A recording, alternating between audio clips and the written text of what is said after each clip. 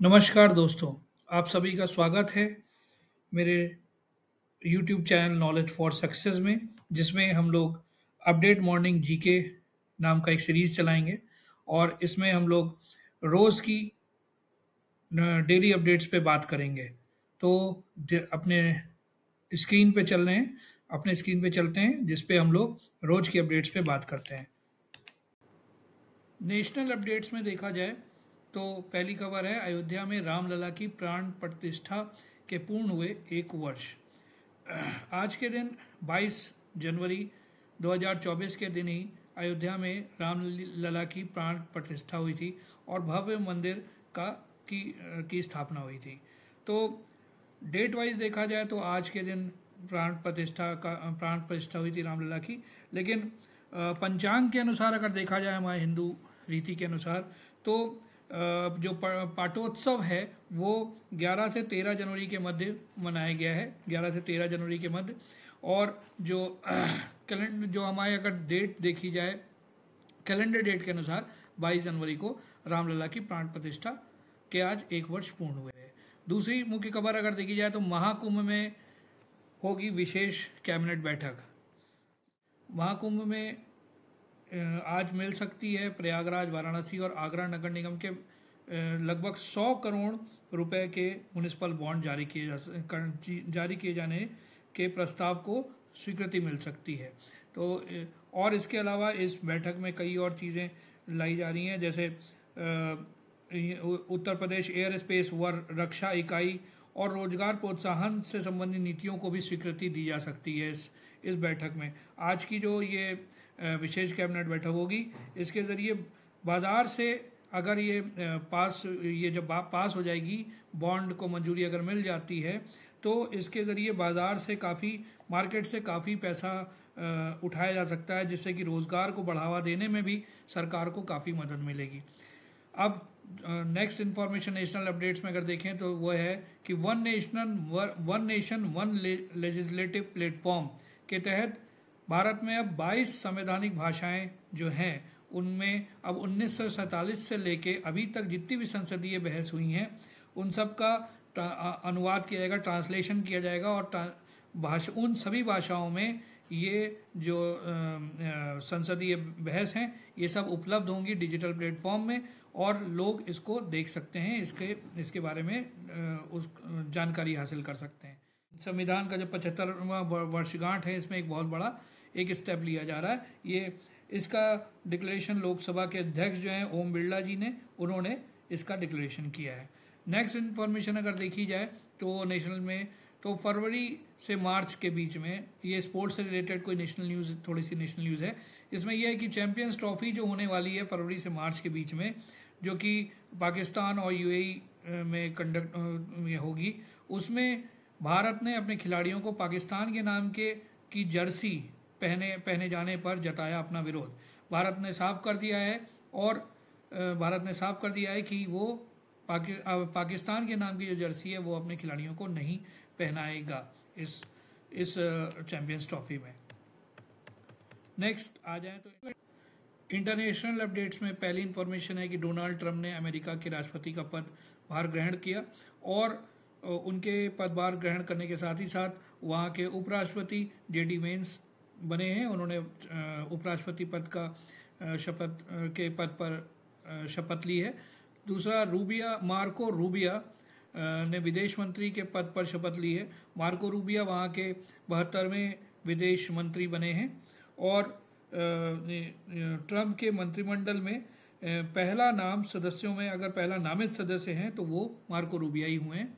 दूसरा मुख्य खबर देखी जाए इंटरनेशनल लेवल पे, तो पदभार ग्रहण करने के बाद, जब डोनाल्ड ट्रंप ने वहाँ के राष्ट्रपति का पद ग्रहण किया, उसके बाद उन्होंने कई इम्पोर्टेंट फैसले लिए हैं, जिसमें अगर देखा जाए तो पहला बहुत बड़ा फैसला ये है कि उन्होंने पदभार ग्रहण करने के साथ ही साथ अमेरिका ने जो पेरिस जलवायु संधि की थी, उससे उन्होंने अलग होने का निर्णय लिया है कि इस संधि से हमारा कोई मतलब नहीं है। उन्होंने कहा कि ये संधि के माध्यम की वजह से अमेरिका की जो इकोनॉमी पे बहुत फ़र्क पड़ेगा, इसलिए उन्होंने इस संधि से दूर रहने का फैसला किया है।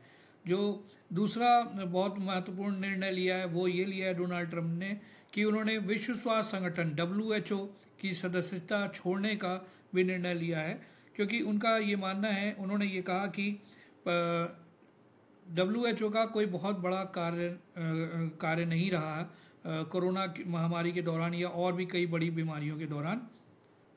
और इसी के साथ उन्होंने कहा कि अमेरिका की जो आबादी है वो क्लियर नहीं है, क्योंकि यहाँ पर बहुत से लोग अवैध रूप से भी रह रहे हैं, लेकिन फिर भी लगभग 32 करोड़ के आसपास की आबादी अगर अमेरिका की मानी जाए तो उसके अनुसार वो 500 मिलियन अमेरिकी डॉलर दे रहे हैं। जबकि चीन की आबादी पे उन्होंने कहा कि यहाँ पर लगभग चीन में लगभग 1.4 अरब की आबादी है, फिर भी उनसे WHO 39 मिलियन अमेरिकी डॉलर का भुगतान ही ले रहा है, और जबकि अमेरिका 50 मिलियन अमेरिकी डॉलर WHO को दे रहा है।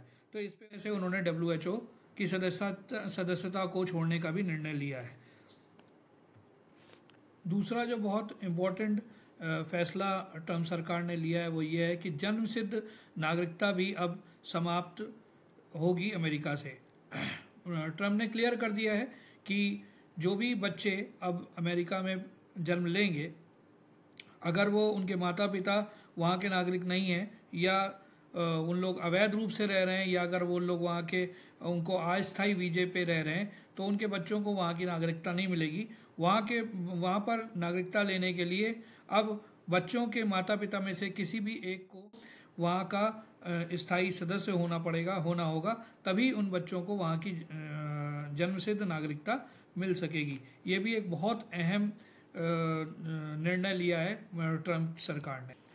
इसी के साथ अर्थ जगत में अगर इकोनॉमिक अपडेट्स की बात की जाए तो जो एक बहुत महत्वपूर्ण चीज़ है, जो पहली खबर है वो ये है कि अमेरिकी राष्ट्रपति डोनाल्ड ट्रंप के द्वारा आयात पर शुल्क बढ़ाए जाने की घोषणा से शेयर मार्केट में लगभग 1200 पॉइंट की गिरावट देखने को मिली है। जो राष्ट्रपति हैं डोनाल्ड ट्रंप, उनके द्वारा जो निर्णय लिया गया है जिसमें आयात से संबंधित ये जो शुल्क है उसको बढ़ाए जाने की बात की गई है, तो उससे शेयर मार्केट में बहुत ज़्यादा असर पड़ा है और काफ़ी गिरावट देखने को मिली है शेयर मार्केट में। इसी के साथ दूसरी खबर ये भी है कि 21 तारीख को अगर देखा जाए, यानी सोमवार को 21 जनवरी को भारतीय रुपए में भी 13 पैसे की गिरावट देखने को मिली।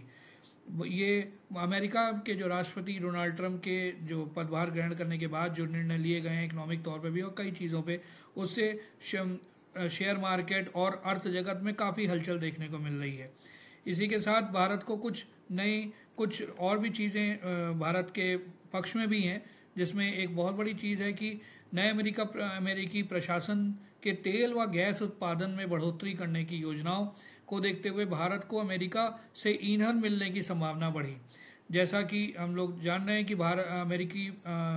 डोनाल्ड ट्रंप ने अमेरिका के प्रेसिडेंट का पदभार ग्रहण करने के साथ साथ उन्होंने बहुत ज़्यादा अपने देश के जो बिजनेस क्लास है उसको, या जो उत्पादन को बहुत ज़्यादा बढ़ाने पे जोर दे रहे हैं, जिसमें वो तेल व गैस के उत्पादन को बढ़ाने में भी बहुत उन्होंने एक जोर दे रहे हैं, जिससे शायद भारत की ये उम्मीदें जग रही हैं कि ईंधन वहाँ से हमको आसानी से मिल सकेगा।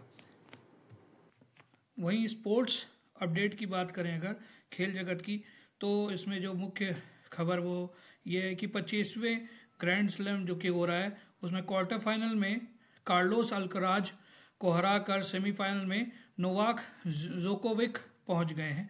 उसी के साथ दूसरी महत्वपूर्ण खबर यह है कि इंग्लैंड को हराकर भारत ने अब की दिव्यांग चैंपियंस ट्रॉफी का खिताब जीत लिया है।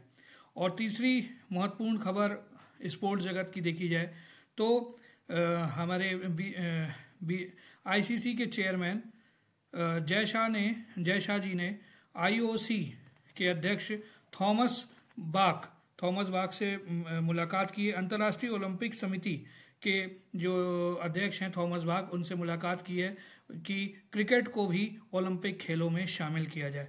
ये आज की मुख्य अपडेट्स थी जो कि आप लोगों के समक्ष रखी जा रही हैं। आप लोगों के सहयोग का हम लोग को बहुत उम्मीद है। आप लोगों से आग्रह है कि आप लोग हमारी इस एक पहल को प्रोत्साहित करें ज़्यादा से ज़्यादा हम लोगों को लाइक करें, सब्सक्राइब करें और शेयर करें, जिससे कि हम लोगों का प्रोत्साहन बढ़े, हम लोगों का मनोबल बढ़े। और इसके माध्यम से हम लोग रोज़ जो मेन इम्पॉर्टेंट खबरें हैं जो कि हम लोग के एग्जामिनेशन या कंपटीशन के पॉइंट ऑफ व्यू से शायद उपयोगी हो सकती हैं, उस या अपडेट्स के लिए, रोज़ के अपडेट्स के लिए उपयोगी हो सकती हैं, ये हम लोग की एक पहल है कि हम लोग इसको आप अपने सबके समक्ष प्रस्तुत कर सकें। इसी के साथ धन्यवाद। आगे मिलते हैं फिर से अपडेट मॉर्निंग जीके के में। नमस्ते। जय हिंद।